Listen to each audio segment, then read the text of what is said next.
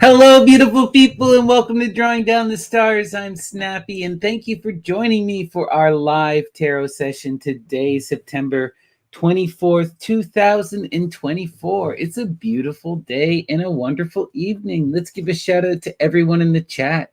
Good evening, Lisa. Good to see you. Galactic Radio. Nikosmas, much love. Taz, good to see you. Valerie, good evening.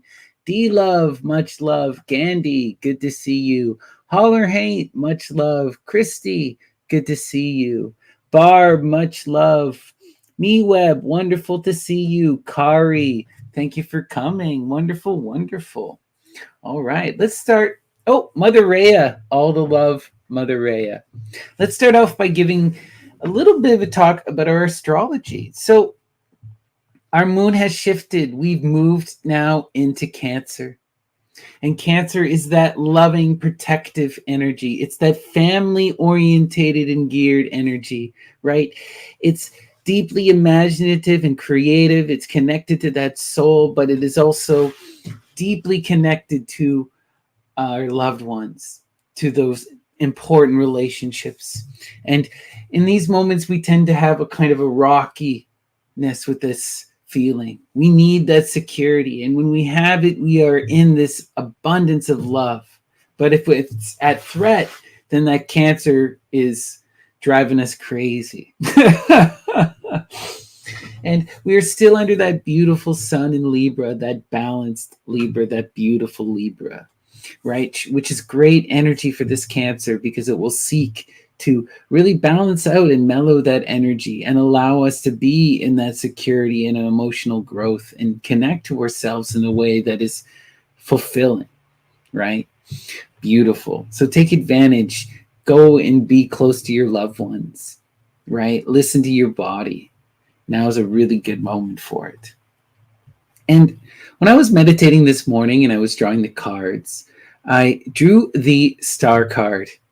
One of the most beautiful cards in the entire deck. Crowley calls it one of the 3 protective cards. It is that wish fulfillment card. It tells you that your actions are going to be successful. And it reminds us to look forward, to see the fruits of our actions, and to recognize that our present is dictated by our past, and that what we do now will drive us forward into that future. You know, we have to imagine that future. We have to go out under the stars and we have to give birth to that creative ability to project our image and our desires, right? The star reminds you that you are a part of the story and that you can engage in its unfolding. You have a pen, you have paper, you can write and be a part of this creative outpouring. You can harmonize and add to that melody in a creative way, right? And I wanted to read for you a beautiful poem. It's called Naiad Trance by Paul Cameron Brown. The leaves on their trumpet flames, Richter scale inside Paul Stearns, into the gorge, la gorge, throat and crevice of the canyon arroyo, walking the silt into the rheumatism earth, the twilight pain of Plesiozoic ice, Jurassic age whence rupture sculpted rock. River precipice, the afternoon dangling like shadow beside taiga sun, lost to dark and rain, toward the water now, ever in chemical rushing sound.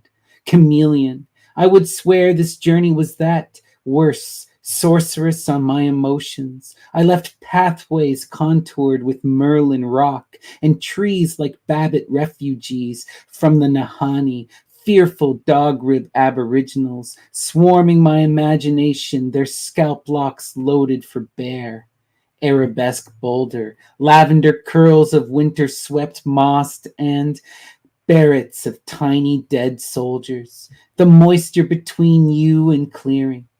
Hushed forest, an envelope edge of moisture patterns, more leaves in reindeer formation, asserting themselves in beckoning sleighs and trance of veined elfin hand, skirting cracks and fissure gloom. Wild imagery, wild imagery. But that's what it is to enter into that trance state, to be in that dream, to engage in that way, and to be in that creative sight. Beautiful. All right. Let us begin with our Ganapati oracle. Ganesha Ganapati is that divine child. They are the Lord of beginnings, the guardian of the thresholds, and the master of spirits, the Ganas.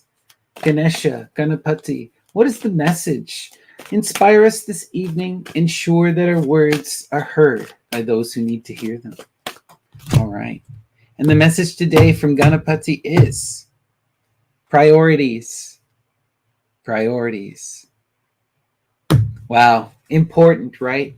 Learning to focus, learning to direct that energy. And it continues from the message that we had received yesterday, which was all about learning to put our passions into that reasoned action, into that reasoned practice, right? And this is an ongoing theme, learning to set priorities, learning to point ourselves in a direction and to really focus and imagine and to go towards it in that flow, in that growth, right?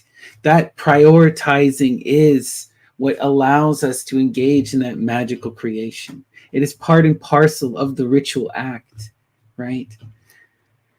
Magical thinking is that organizing before the organizing, even. You know, or that could just be my Virgo brain talking, but you know, there we go.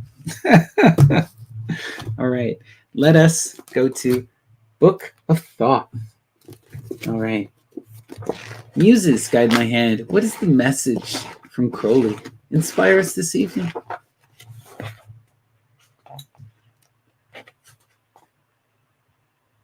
The princesses have no zodiacal attribution, yet evidently they represent 4 types of human being.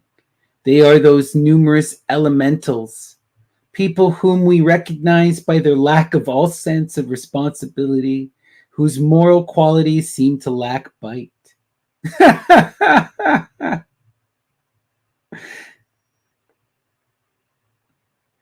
Such types of people have been repeatedly described in fiction.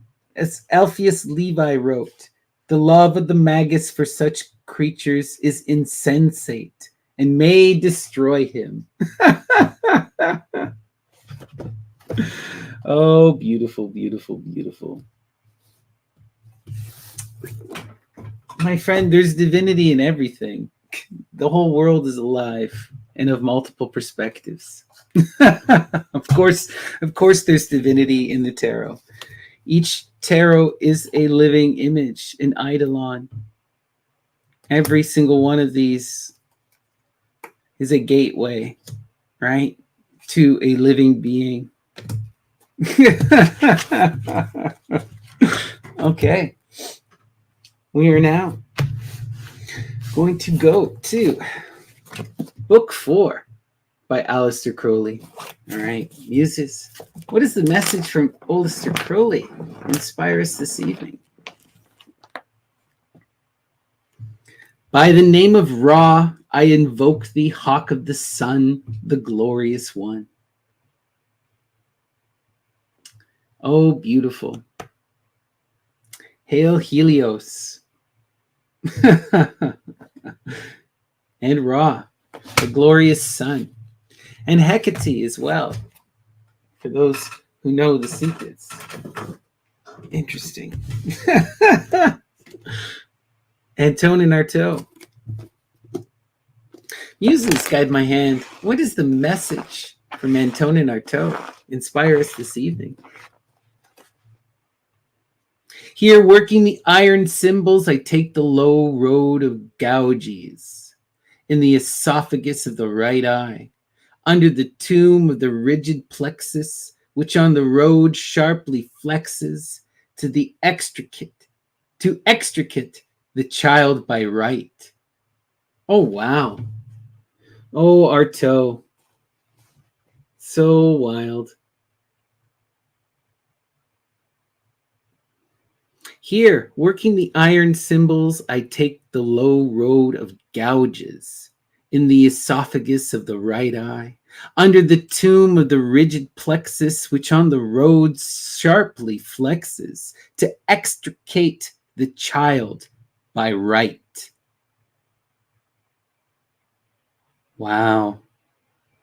Working the iron symbols, we're talking here Sibyllian Corabanti magic, right? Great mother magic. The symbols crash in order to protect the birth of the young Dionysus from Hera, to quiet and overcome his roars and crying. I take the low road of gouges in the esophagus of the right eye. That's just wild to me. It's about that perception and that giving of breath and gouging in the eye. Oof. Under the tomb of the rigid plexus, which on the road sharply flexes to extricate the child by right.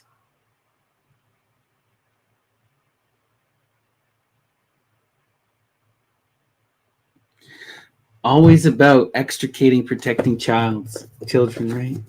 Interesting.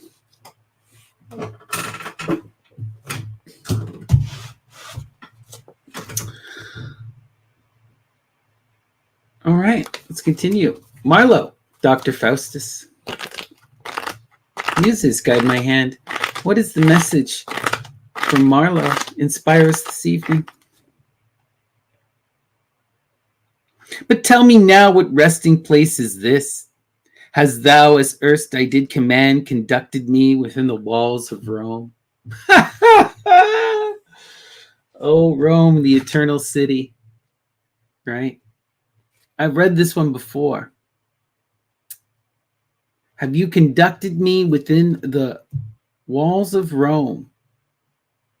What's interesting is the next line, if we remember. Faustus I have, and because we will not be unprovided, I have taken up his holiness privy chamber for our use. So where did they wind up? They were able to be conducted to the walls of Rome, but they wound up in the Pope's toilet.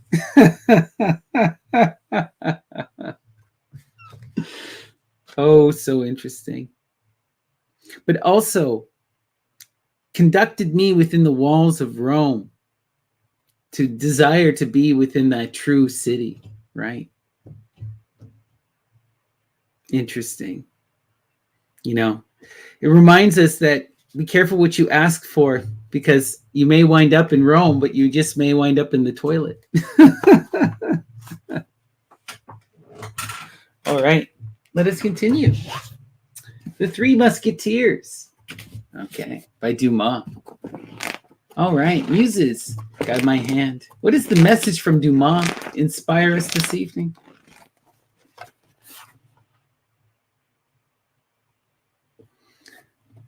My lord, the person who writes these few lines had the honor of crossing swords with you in the little enclosure on the Rue d'Enfer.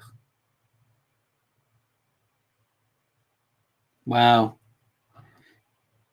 As you have several times since declared yourself the friend of that person, he thinks it his duty to respond to that friendship by sending you important information. Twice you have nearly been the victim of a near relative whom you believe to be your heir because you are ignorant that before she contacted a marriage in England, she was already married in France. Interesting. I think the clear message here and what's important is that the person who's writing to you to protect you was once an enemy, but now they see you under threat. And maybe it wasn't an enemy, but was someone you engaged in combat with, right? That swords energy, battling of wits, challenging of thought, right? And this is a person who had your back, though. It's an energy of they have a message to give. So what I'm seeing here is that we need to understand that sometimes those people who we engage with in a disagreement, right? Who we engage with in these intellectual battles, they may be better friends than the people who are sycophants, you know? Interesting. Let's continue. All right. The Name of the Rose. Okay. Muses, guide my hand. What is the message from Umberto Eco in The Name of the Rose? The cellarer hid his face in his hands, which he could move only with difficulty because they were bound in chains. Wow.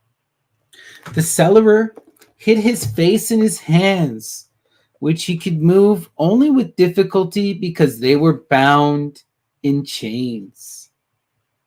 Bound in chains in the cellar. That's Saturnian energy. Hiding his face in shame, that aspect that has been excised and purged and made other and vilified, right? For us to be able to truly grow, we have to be able to reincorporate and heal, to engage with those things, you know, those aspects of ourselves. You can't just simply lock away and hope for it to go away, you know? That Saturnian force is still there in Tartarus waiting to come out.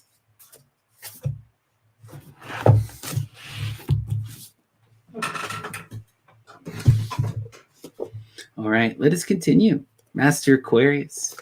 Michael Bertio. All right. The Monastery of Seven Rays. Muses, what is the message from the Monastery of Seven Rays? Inspire us this evening.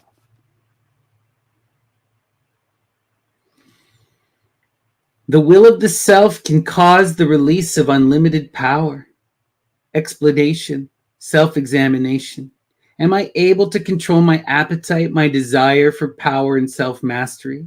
Am I fully a master of my own inner drives? Will I be my own master, or will someone else be my master? Am I ready to be responsible for my own growth? Again and again, we see these lessons. Right? You have to take responsibility, right? People all want to be that master. They all want to have that power, but in order to do that, you must be able to control the self. You must be able to handle your vices, your appetites. You must be able to put yourself into a disciplined action, right? And if you cannot control those aspects of the self, then You could be subject to mastery by another force. Someone can bind you by these things, right? We need to be able to use that dote and antidote to be able to balance these forces and move in true flow. All right, let us continue. All right. We are now going to Lord Byron. All right, muses, guide my hand. What is the message from Lord Byron? Inspire us this evening.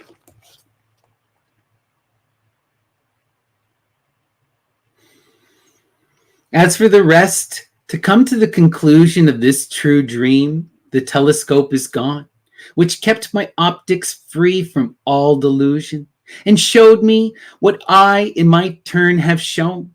All I saw farther in the last confusion was that King George slipped into heaven for one. And when the tumult dwindled to a calm, I left him practicing the 100th psalm. Oh, interesting.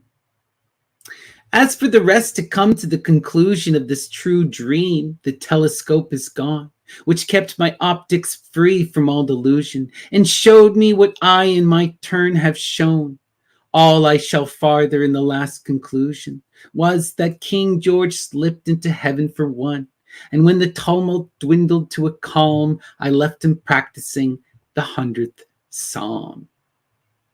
He slipped into a heaven for one, or a prison, and you left him doing what? Practicing the 100th psalm, chanting in that rhythmic flow as he stares at the wall and does nothing, a prison of his own making, bound by his own delusions, a prison created of religious thought.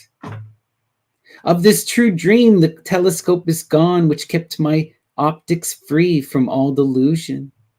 Right? It is through being able to broaden one's perspective, through the use of the tools of sight, right? Of seeing outside of oneself, that you could be free of delusion, and showed me what I was in turn have shown. All I shall farther in the last confusion, right?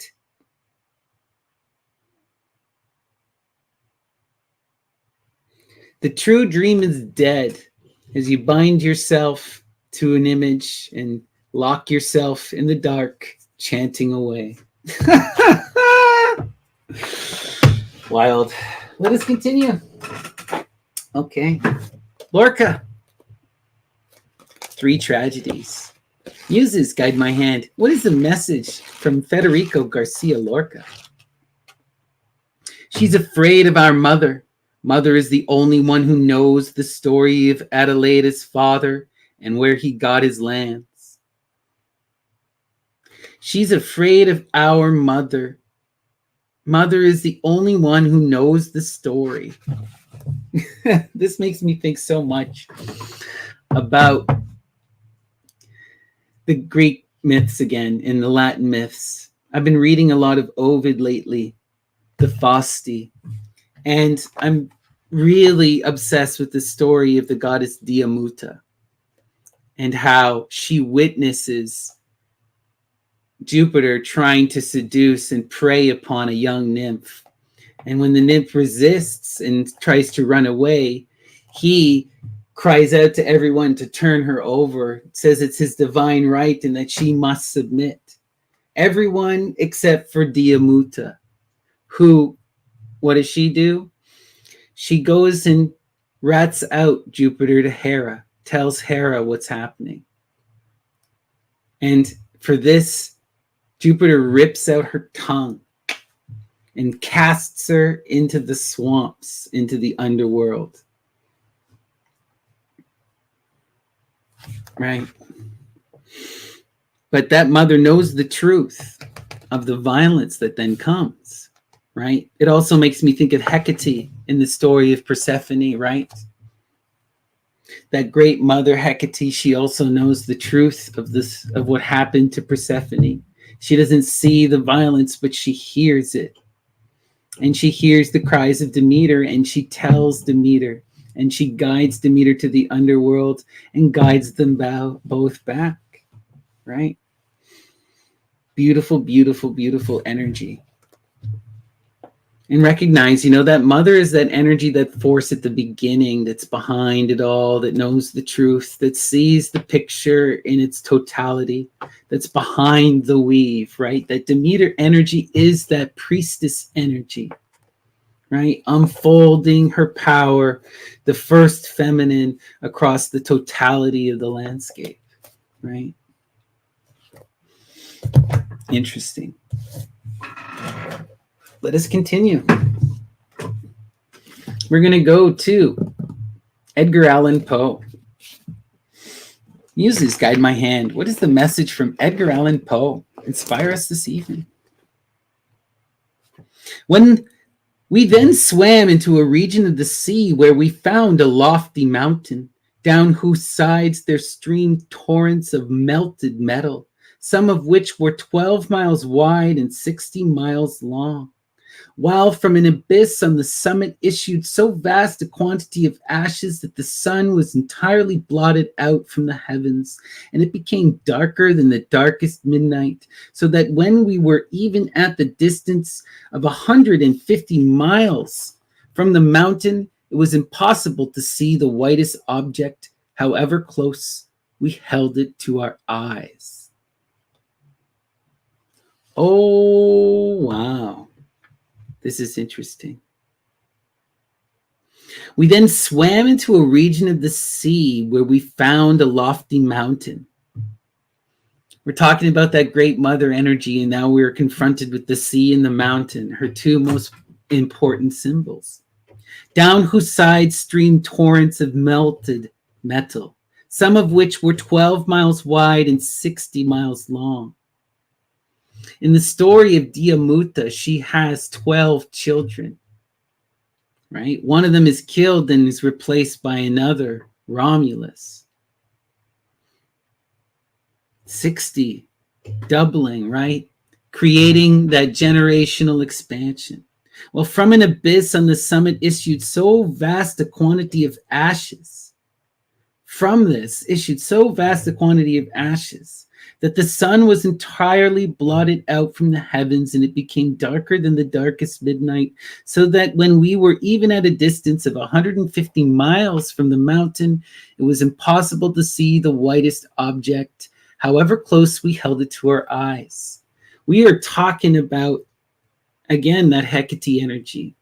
Hecate is that torch, that light that shines in spite of the darkness, in the ashes, right? In the filth, in the midnight, after the sun has been blocked out, right? Interesting. Wow. Let's continue. We are now going to go to Rabelais. Okay. Muses, guide my hand. What is the message from Rabelais, Gargantua and Pantagruel? Inspire us.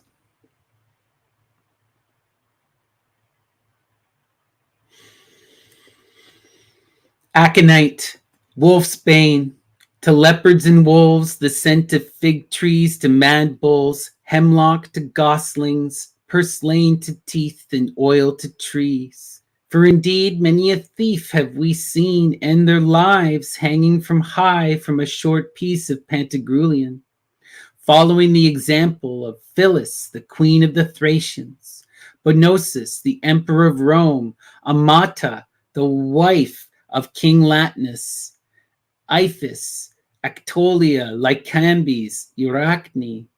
Oh my gosh, Achaeus, the king of Lydia, and so on, all of whom were angry for no other reason but that, without their being otherwise ill, it strangled the conduits through which good jests come out and good nibbles go on in, more dreadfully than would a severe bout of angina or a deadly quinsy. Okay, this is insane. Okay. So, first off, aconite, wolf's bane. In the text, this is said to have first been discovered by Hecate and was tested on foreigners who landed on her shores in Colchis. Right? Wow. Wolfsbane. To leopards and wolves, the scent of fig trees to mad bulls. Right? Leopards and bulls, the animals. Sorry, leopards and wolves, the animals that you see associated, right? Hecate is the wolf, the leopard is Dionysus. The scent of fig trees to mad bulls, hemlock to gosling, purslane to teeth, and oil to trees. For indeed, many a thief have we seen end their lies hanging high from a short piece of Pantagruelian. Pantagruelian is the theriac. They're talking about the creation of that drug that will grant one life through the cycles and create that new generation. Following the examples of who? Phyllis, the queen of the Thracians. Bonosus, the emperor of Rome. Amata, the wife of King Latinus. So even at the founding of Rome, Iphis, Octolia, Lycambes, Arachne, Achaeus, the king of Lydia, and so on. All these people doing these rites. Holy crap. And all these thieves.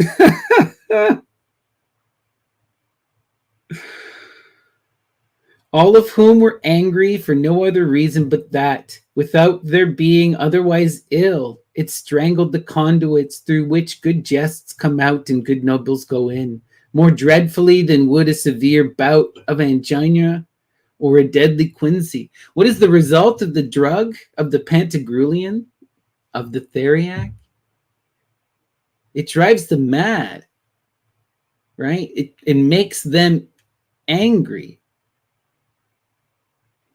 They become angry for no other reason than their conduits are strangled and they can no longer give good jests. And now they're entering into bouts of severe angina. Wow. Wild. Interesting. Very interesting. Okay, we're going to do one final sortes. Okay. All right. Goethe's Faust. Muses, guide my hand. What is the message from Faust? Inspire us this evening.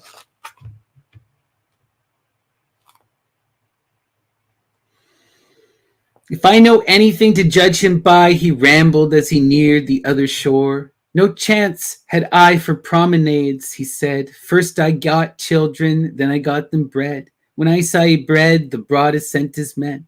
With mine I got no freedom or content.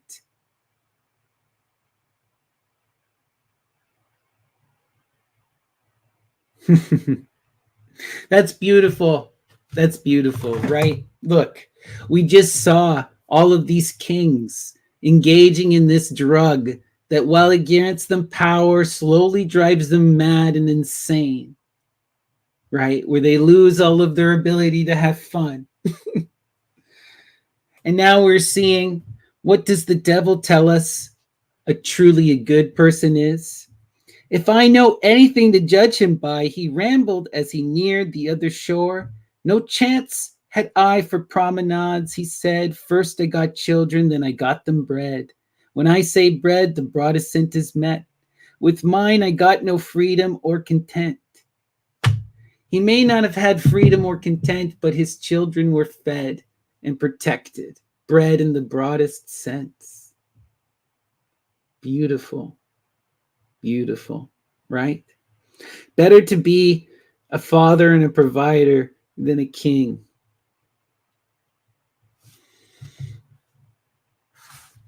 Right? Better to live a life of drudgery than to be a thief. Is it really drudgery? Right? Let's continue. We are now going to go to our tarot proper. But before I do, please give me a like and a subscribe. It really does make a big difference. It boosts everything in the algorithm, and it would make it would just make me happy. So please, I'd love it. And if you're at all interested in a private reading, you can reach out, snappyddts@gmail.com, or come hang out at the Myth and Lore Discord. You can find me there, Snappy or Lady Snappy. And we're always looking for more people to hang out and have a good time. Come say hi. All right. We are now going to use the Thoth Tarot of Aleister Crowley and Lady Frida Harris. And we are going to invoke Saturn Kronos and ask them to dissect our life, to cut it up and put it on the plate, to show us the current time and our interconnections, our conflicts. And we ask, how do we rise above? How do we best move and flow? How do we manifest our true will? And what is the greater message for the general community? And as always, the center card is the most important card. And today's center is oppression energy. We have a theme, an ongoing theme.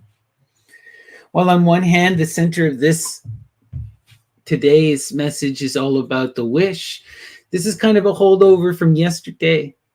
Learning to balance and control our passionate energy. The 10 of Wands, right? Oppression. The overuse of that fiery energy. Being bound by this fiery energy because we are so engaging in it, right? This is that energy of doing something to the point where it becomes an addiction, where it becomes binding, where that pleasure it once brought you now has turned into pain. And to prevent yourself from doing it is to have to break a cycle, right? And that requires a lot of strength. So what we're seeing here is the strength to break cycles and to overcome this negativity. We have to redirect this 10, this energy, into new areas. We have to begin that cycle anew with more reasoned approach, more balanced approach. More balanced approach. Beautiful. Adjustment. That Libra energy, right? Balancing. Taking everything and putting it into its proper place so that we can move with reasoned action. We can move and flow, right? And a lot of this fiery energy is not a bad thing if we can make sure we are doing it in a proper way where it is not controlling us. Wow. This is interesting. This is about wish fulfillment. What we're getting here is that a part of this is learning to overcome this energy is also having to want it, right? It's also having to manifest it. It's having to ask the universe for it. It's having the strength to overcome it, right? Often when we see this kind of addictive energy, truly ask yourself, right? Like people say this all the time. The addict has to want to break the addiction, otherwise this oppression stands, right? The oppression stands,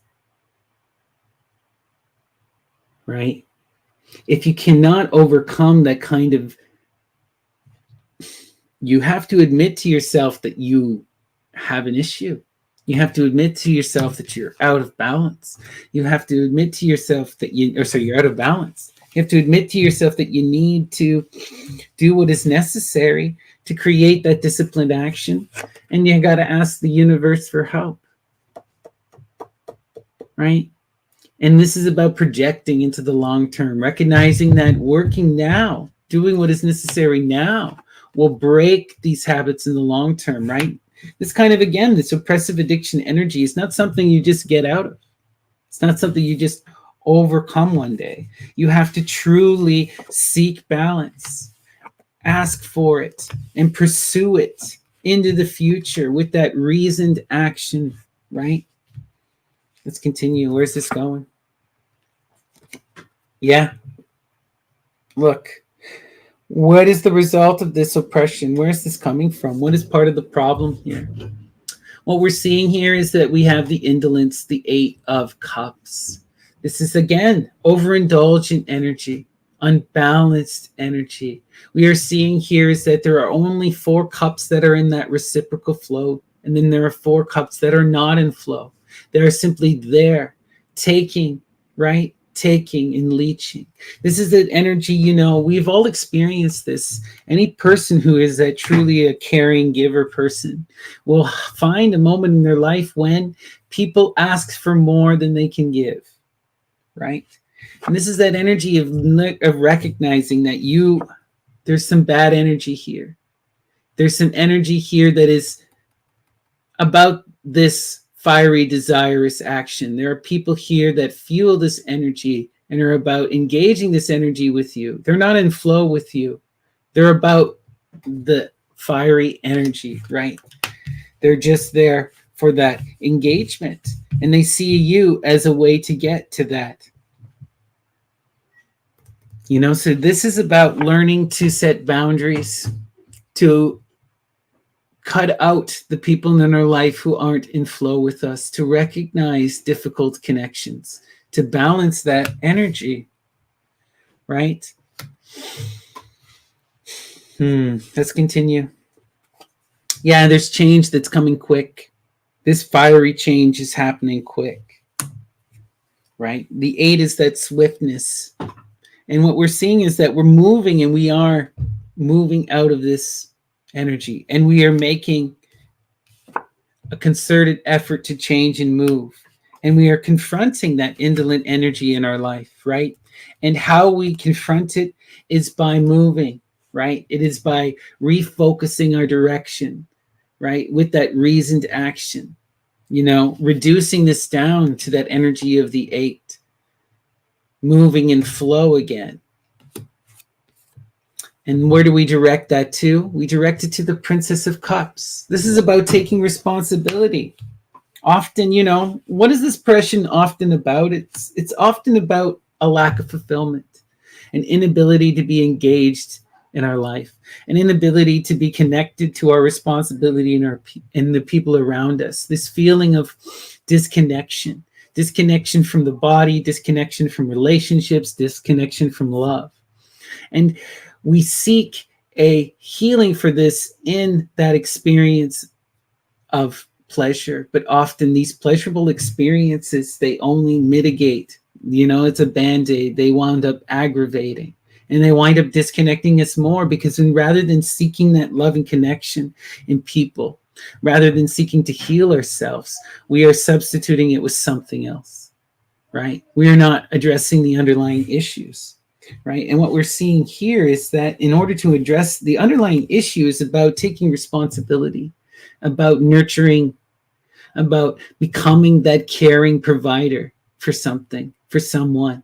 It's about learning to take responsibility and to become that adult energy, right? To really connect to that princess, you have to be able to show up to that with that energy as that nurturer, as that provider of the one who can be of help, who can uplift, and who can give what is necessary.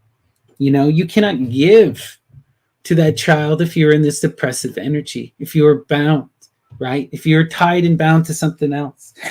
If all of your love is taken and is given away to those without the best interest, how can you provide, right? So it's about changing direction, about setting a balance, about taking responsibility, and pursuing something that's worth pursuing, that needs nurturing, right? Beautiful energy, grounding oneself to the earth, right? Beautiful. Let's continue. Yeah, this is the completion of a cycle. It's a completion of a cycle, and it's about learning to become fully mature and to grow, to really take responsibility for one's actions, to really be that strong person, right? This is Persephone realized, the princess becoming the universe itself, going through the totality of the cycles and coming back out again, reforming that egg and being reborn anew. And so this is us coming out of that oppressive energy and remaking ourselves, reformulating, right? Rebranding. Beautiful, powerful energy. So much love here. And it's about moving and coming out of all of this, right? Wow, beautiful. And how are we coming out of this? Where are we going? Oh, wow. Now I love this, because this is probably my favorite night in the deck, And what we're seeing here is that out of that universe, we do wind up taking responsibility. We become that outgoing builder, that one who can take and provide, who can be that strong, willful person, who can build the walls of the city, right? Who can build that tower, who can tend to the garden, who has that strength to be that provider, to be that security, to be that strength, intense magical energy, grounded energy. Wow. And victory, victory. Wow. That's so amazing. We're seeing now the ending of the cycle. We're seeing that we overcome that addiction and we break free of that oppressive energy and we learn to be in balance with our desires, right? By going through the completion of that cycle, by taking responsibility, right? By providing for that princess, by learning to be in balance, by moving out of this stagnant state of oppression, by exiting away from these individuals who are taken from us and who are binding us, who are aiding in this oppressive energy, and rather moving towards that wish fulfillment, that manifestation of joy, that divine child, right? It's beautiful. Okay. I'm going to flip my card so we can, or my camera, so we can take a full look at the spread. But before I do, please give me a like and a subscribe. It really does make a big difference. And if you're at all interested in a private reading, you can message me, snappyddts@gmail.com, or find me on the Myth and Lore Discord, Snappy or Lady Snappy. Okay, let's start here. So the key to this is balance. If we can be in this balanced energy, then everything is going to change quick and we're going to quickly move into that success. The universe wants to help us. This oppressive energy has run its course. It's moving out. We just need to adjust a bit and be in that flow, right? And embrace the success that's coming. And moves, and it's moving quickly. It's all happening yesterday. Wow, beautiful. When we come over here, right? Yeah, that oppressive energy, that indolence energy, this is all coming to an end as this cycle closes out. We have learned our lessons from this energy and we're moving beyond them. We're taking responsibility and we're growing past them. We are being reborn. This cycle is over, right? We must make sure to put it to a close, to recognize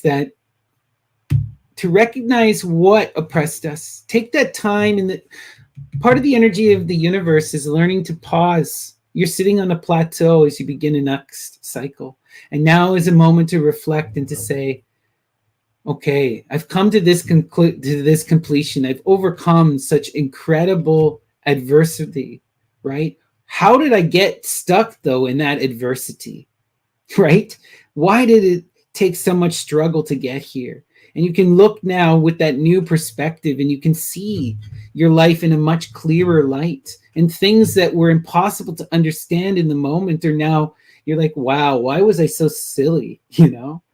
But it's so important that we do that so we understand and do not repeat these cycles.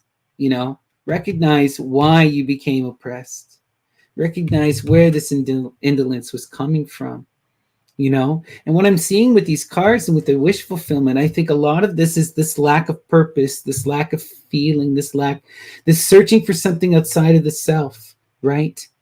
This looking for something greater. And what the cards are saying is that you didn't need to look for anything greater. It was all around you. It's in the creation around you. It's in things that you're responsible for. Look into your own life, right? Many of us will have children, will have loved ones, will have relationships, will have work or businesses or creations, projects that we've been engaged in. The princess is representative of all these things. And she requires that nurturing, requires that engagement, right? The true purpose, the true meaning of your life is here in the present. It's in the body. It's in the earth. You don't need to go into these crazy drugs to find it. You don't need to do insane things or obsess or or disregard your own life. This is a reminder to calm down and to look to the mundane around you, right? It's not as mundane as you think. The princess is right here in your presence. Right? Your wishes are being fulfilled. Right?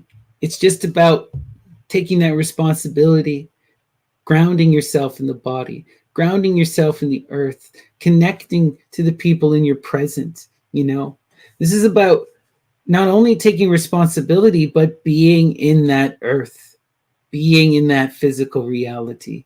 You know, part of this new cycle is about this approach. It's about being able to be that provider, that builder, that protector, that teacher that can nurture that child, provide for that princess. And again, this is a wish fulfillment. You want to break free of these cycles. You want to get out of this bad energy, right? That is just fulfilling this kind of narcissistic self-fulfillment. You want to be in that balanced victory of success. You want to balance, you know? But it's about taking that responsibility, breaking that cycle, moving out of this and pursuing your dreams. And it's going to take nurturing. It's going to take hard work, engagement, loving engagement. But with that princess, the sky is the limit. She can become the universe herself. You are entering into this mode as you break free of this mode and expand and become that beautiful knight, that mature person who can truly be that power, who can provide and protect. Like, that is nothing to balk at. That's an incredible upgrade, an incredible leap, right? She can also take that same leap, even greater still, right? Beautiful energy. So much promise here, right? It's just about moving, taking responsibility and adjusting, becoming that mature, responsible person grounded in the earth, and recognizing that your purpose is far more and your wishes are far more in the physical than you think. You know, we don't need to be looking so much outside of things as we think. Listen to the self, you know. You'll find the muse in the silence, in the body. But you have to be able to sit and be quiet enough in your head for her to talk. You know, you have to be able to shut your narcissistic mind down enough to be able to listen. Can you listen? All right, everyone. That's the message, right? Take responsibility, become that knight, pursue your dreams, nurture and take responsibility for that princess. All right, beautiful. All right, everyone. Peace and love, and I hope I see you again soon for more live tarot and sortes. Oh, well, we'll do one final sortes for you all to end it. Okay. All right. Let's see here. The old crone stayed silent for a while, thoughtful and sucking her teeth. Then she sat down on an upturned barrel, took into her hands 3 ancient spindles, twisting and twiddling them between her fingers in a variety of ways. Wow. Again, I'm thinking of Diamuta and the Fasti. So incredible craziness here. The old crone stayed silent, just like the goddess of silence. Thoughtful and sucking her teeth, then she sat down on an upturned barrel and took into her hand 3 ancient spindles. And what did she do? Twisting and twiddling them between her fingers in a variety of ways, she tested their points and retained the swart ones in her hands, tossing the other 2 under a mortar used for a pestling millet. Then she took up her spools and spun them around 9 times. At the 9th turn, she gazed at them, no longer touching them, and waited until they had completely stopped. The old crone gives birth to the muses through the twisting of that string that connects her, and it allows her to save those virgins. Lots of wildness. All right. That's the message, everyone. I hope it resonated. And I hope I'll see you again tomorrow for more live tarot. All right. Until next time, take care.